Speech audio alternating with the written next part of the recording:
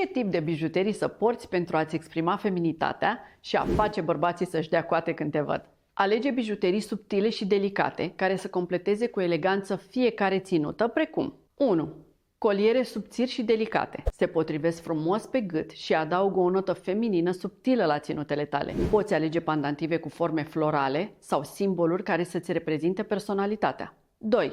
Brățări fine și elegante care să-ți încadreze încheietura mâinii cu grație. Brățările cu lănțișoare subțiri, pandantive delicate sau detalii florale pot aduce un plus de feminitate la ținutele tale. 3. Cercei delicați, precum cerceii mici cu pietre strălucitoare sau cerceii sub formă de floare, adaugă un aer rafinat și feminin, fără să fie prea opulente. 4.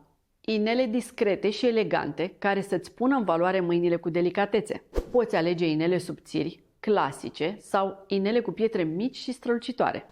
Indiferent de alegerea ta, asigură-te că bijuteriile pe care le porți îți aduc o senzație de grație și rafinament și te fac să te simți frumoasă și încrezătoare în feminitatea ta. Dacă vrei să găsești bijuteriile perfecte pentru tine, intră pe ioana-preda.ro.